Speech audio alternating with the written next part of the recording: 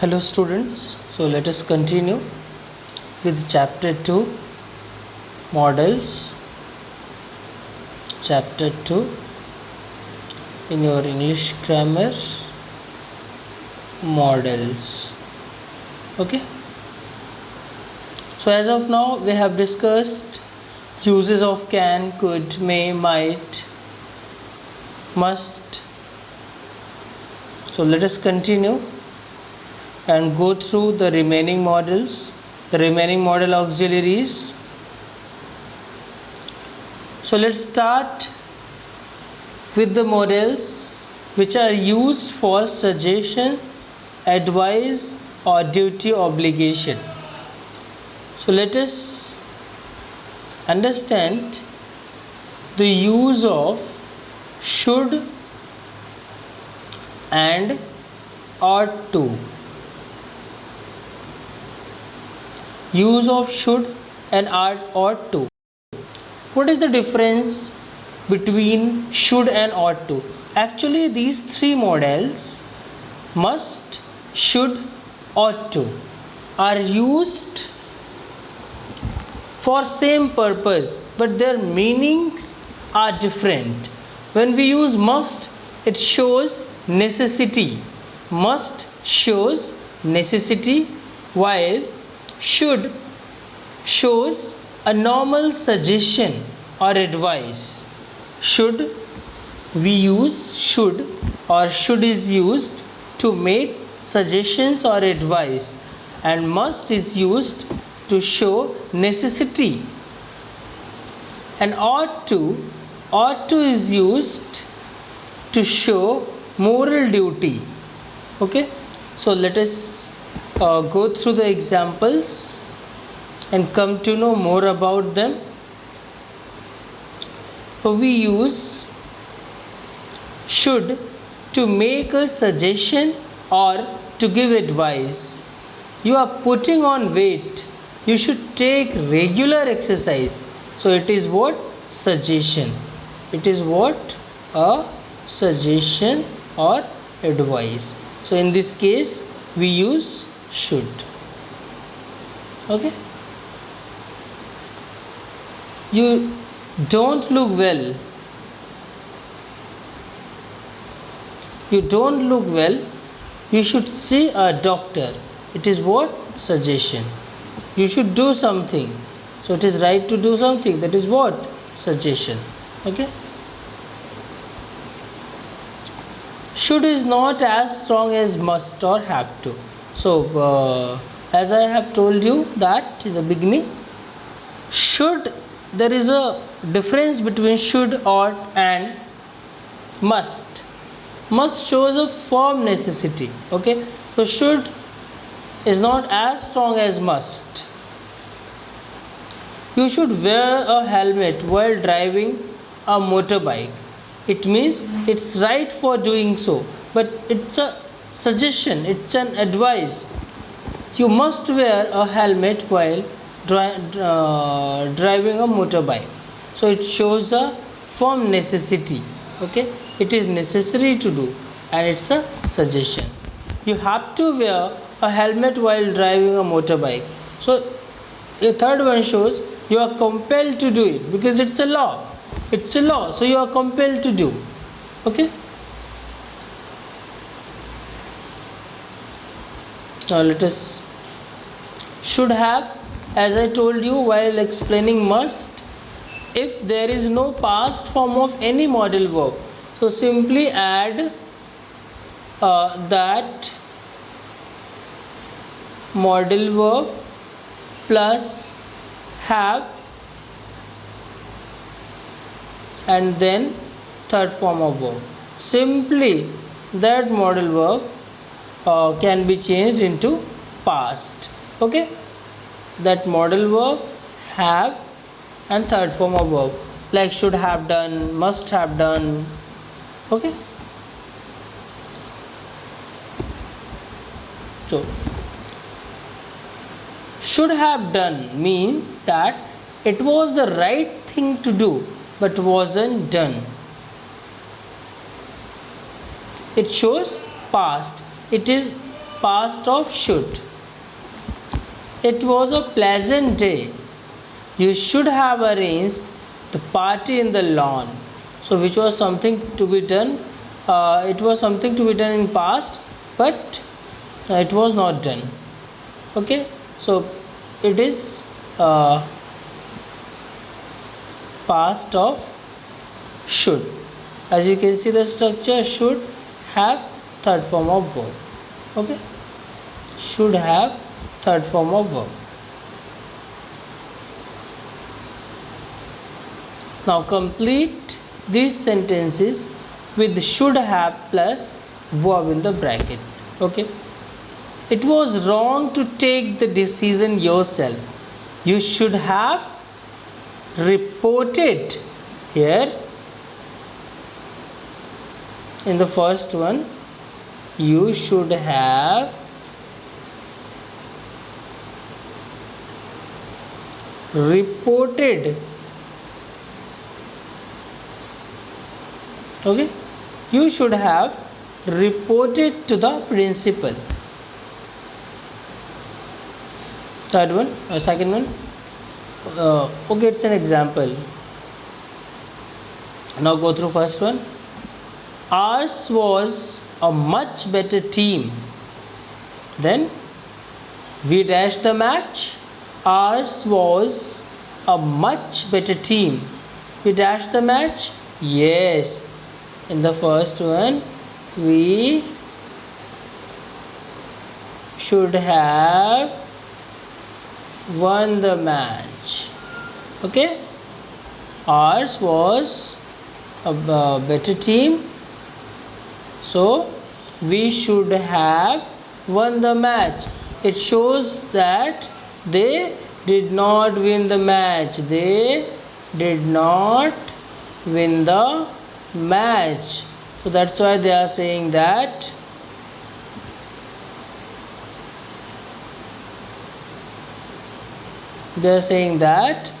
ours was a much better team. We should have won the match. Why did you wait so long? You dashed the police immediately. Yes. Second one. Why did you wait so long? You should have called. Second one, you should have called the police immediately. It shows that it was to be done in past, but so far it was not done. Okay.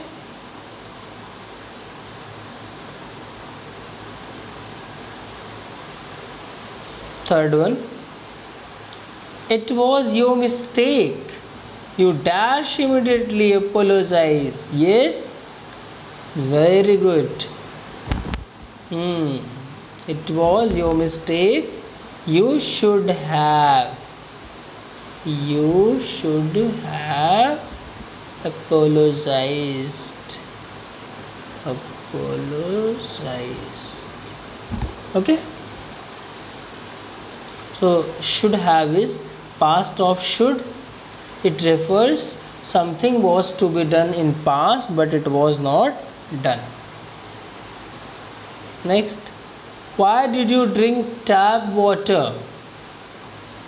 Why did you drink tap water?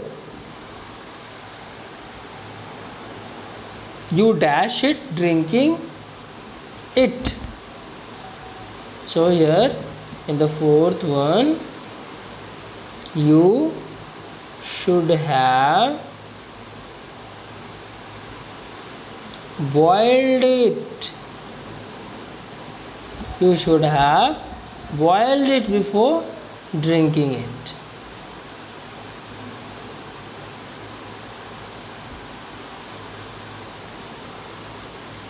Fifth one, it was a serious problem. The principal dash a meeting to discuss it. Yes, the principal should have called a meeting to discuss it. 6-1. The field umpire dash the third umpire before giving the verdict.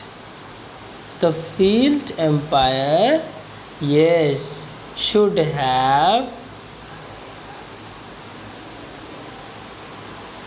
consulted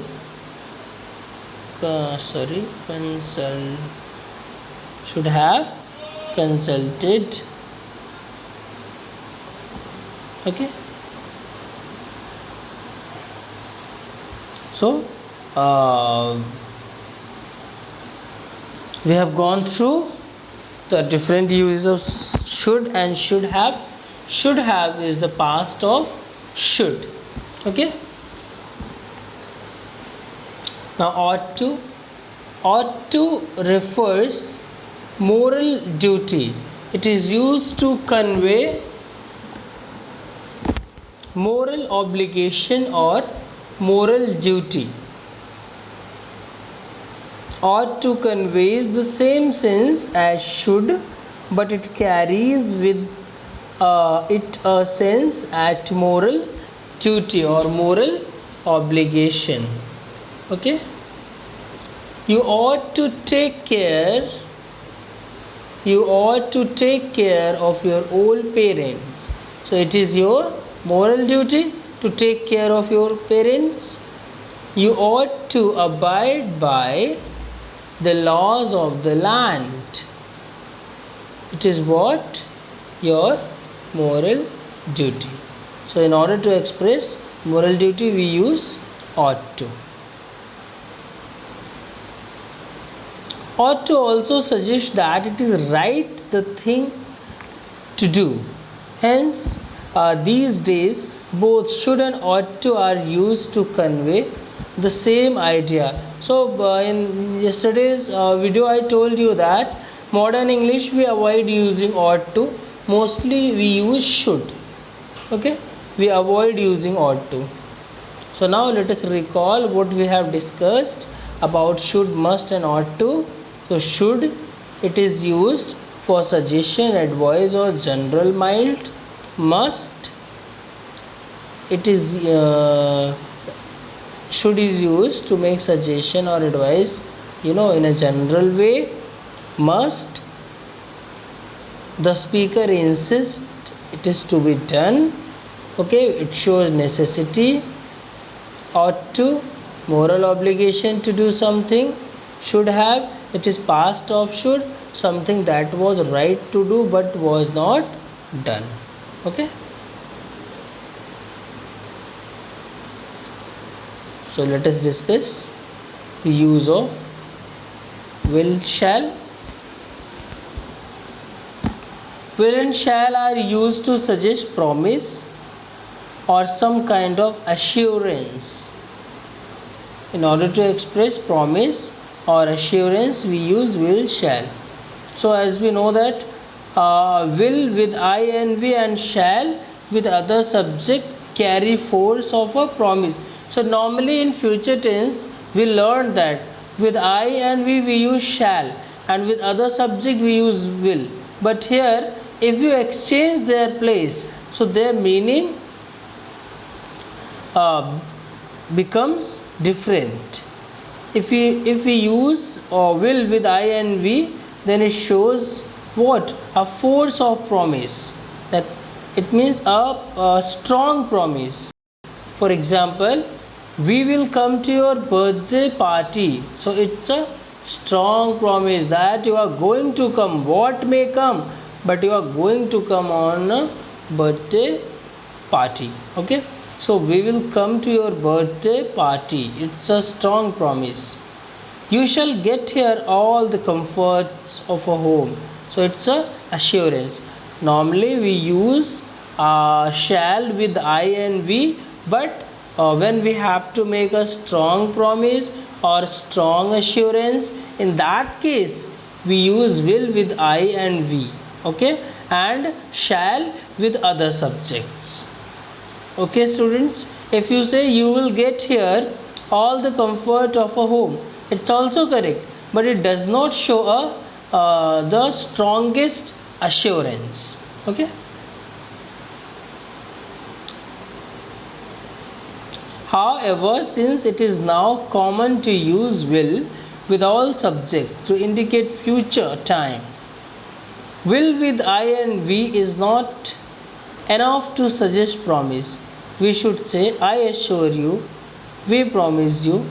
Actually, student, when I was teaching future tense, I told you this line that uh, we use normally in modern English we avoid using shall.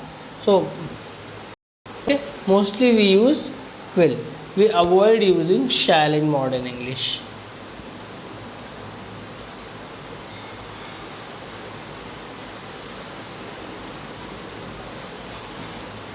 Now use of can, could, will, would in order to make request. Can you drop me near the school please? Could you open the door please? So in the beginning we have discussed that can is less polite while could is more polite. Okay, and at the place of could, will or would also can be used. So can you do me a favor? Would you speak a bit louder? Can and could are more usual than will, would, could and would. Can and could are more usual than will and would. So could and would, these are more polite than can and will. Okay. Could and would, they show the same sense. They are politer than they are more polite than can and will and would. Sorry, could is more polite than can and would is more polite than could.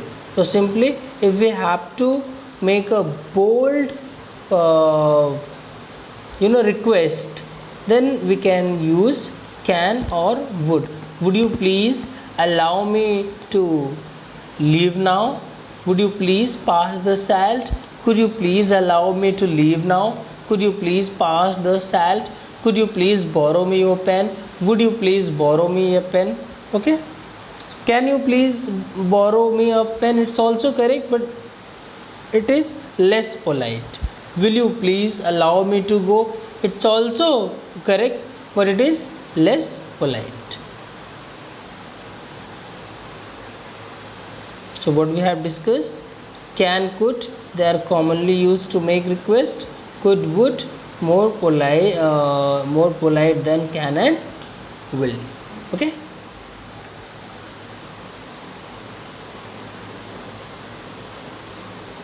Now let us go through the exercise 17. Here are some rude commands. Use can, could, will, would to make them polite. Add some explanation for your request. It is for oral practice, so let's go through it.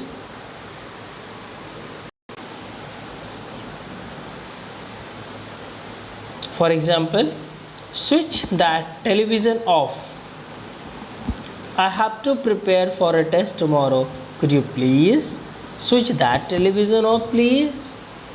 Or could you please switch that television off? Or could you switch that television off, please? Don't make a noise here. So I have to learn my chapter. I have to prepare my chapters. So could you please stop making noise here? So you can make different sentence. Okay. Get a cup of tea. Get me a cup of tea. So could you please get me a cup of tea? Open the door. Could you please open the door? Take away the dog. So could you please or can you please take away the dog? Don't make a crowd near the patient's bed. So as the patient is very serious. Could you please avoid making crowd near the patient? So you can make your own sentence. I have given some examples from my side, but you can make your own sentence using can, could, will, would. Okay. Prohibition, mustn't, ought not to. Mustn't we discussed. It is a negative of must, and ought not to, negative of ought to. You mustn't walk along the corridor when classes are going on. So it is strictly prohibited. We use must when something is must not when something is strictly prohibited, and we use ought not to when we should not do. It's our moral duty not to do that one. Okay. So you ought not to tease the animals. So it is our moral duty. So it shows our moral duty. It's our moral duty to not to tease the animals. Okay.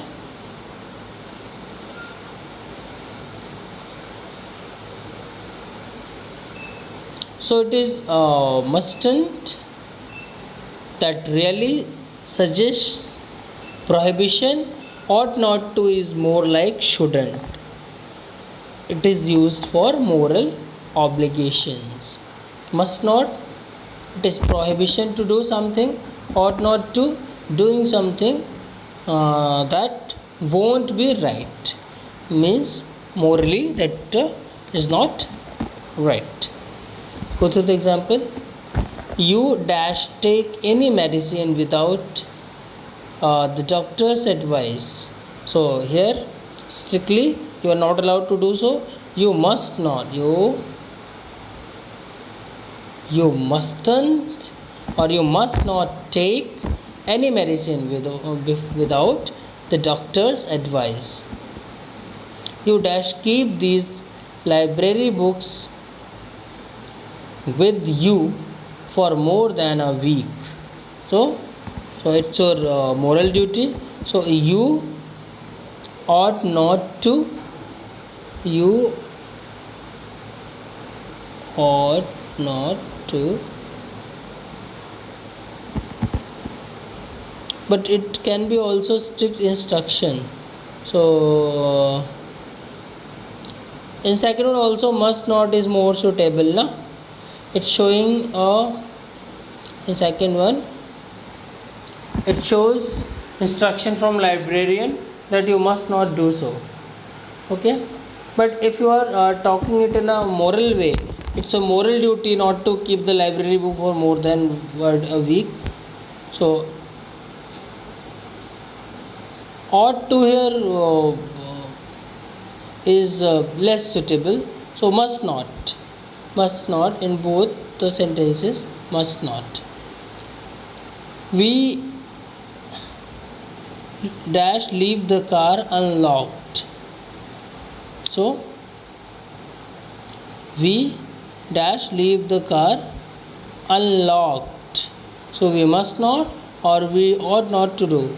Ought not to. So we must not. We mustn't. We mustn't leave the car unlocked. Cars, yes, look at the fourth one.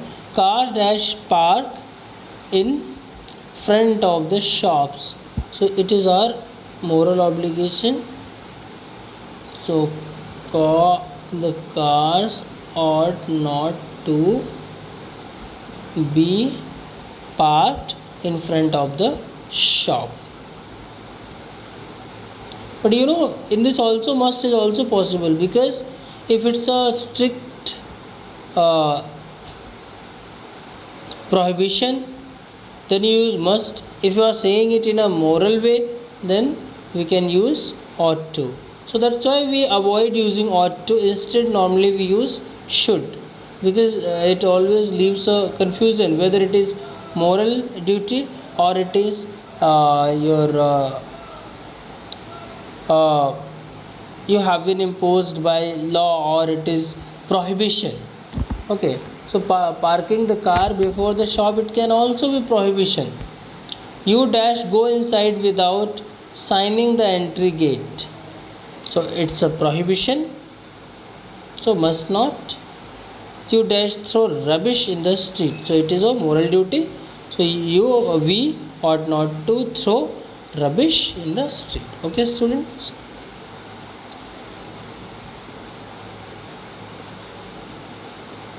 So let us go through more uses of may. In order to make a wish, express a wish, we also use may. May you be happy.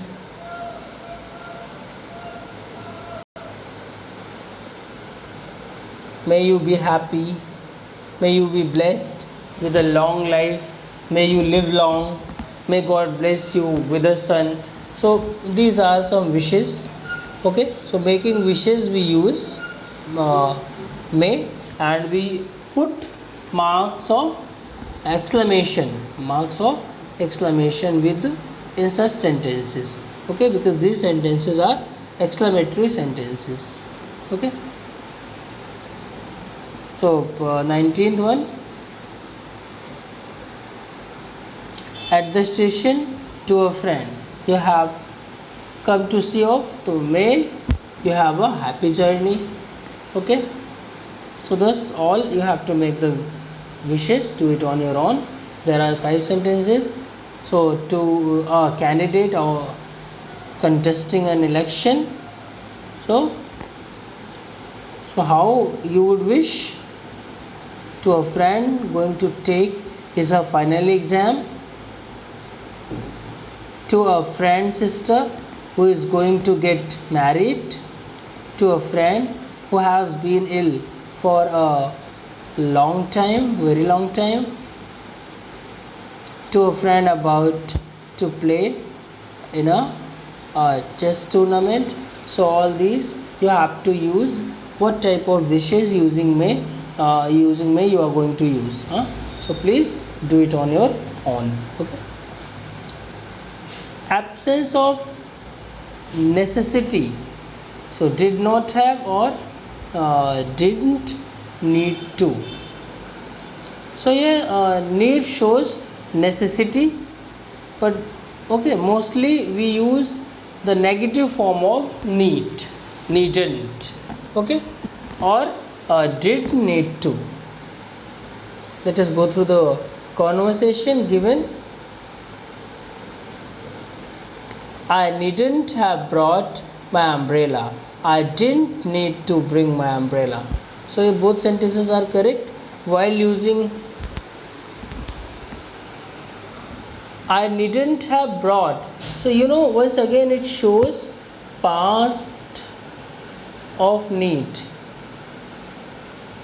and did, it also shows past of need. One thing you must know, if with any modal verb we use have and third form of verb, so simply it shows past. So I have discussed it many times in my video, so it is very important to note down. If any verb, if any modal auxiliary verb, with any modal auxiliary verb have and third form of verb is used, it shows past. Okay, so I have thought my umbrella, I have brought my umbrella, but there was no need to bring it. It shows present. I didn't bring my umbrella because felt there was no need to bring it. I needn't have brought my umbrella, and it means he has brought his umbrella but he need not have brought, so it shows past. I did not need to bring my umbrella, it also shows past. So now let us go through the next exercise. Complete these sentences with needn't have or didn't need to the verb given in brackets. So both are possible here. Okay,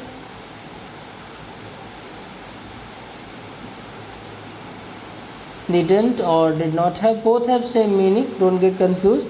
With needn't have we use third form of verb, while with didn't need we use first form of verb. Okay, so it's very easy to do. I hope you people are able to do it.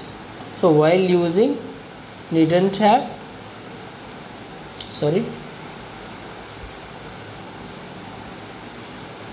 needn't have, use third form of verb.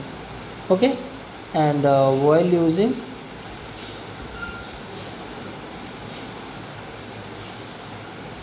did not have, didn't need, then use first form of verb. Okay, now dare, it is used to show the courage.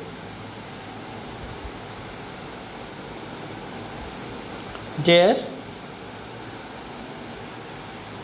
means not to, afraid to do something, it shows courage. It is mostly used in negative sentences. Okay, so mostly need and dare both are used in negative sentences mostly. You need not to do that, you need not go there. Okay, need you go there. So mostly need and dare, they are used in negative and interrogative sentences. Same as dare, you dare not complain against me, you dare not go against me, you dare not fight against me. So mostly these two models are used in interrogative and negative sentences. Okay, dare means not to be afraid to do something. It is mostly used in negative sentences. I daren't go into the lion's den. It means I have no courage, I have no strength, I have no courage to go into lion's den. Okay, dare you swim across the flood river? So do you have courage to do so? So dare you swim across the flooded river? The child dare not talk with his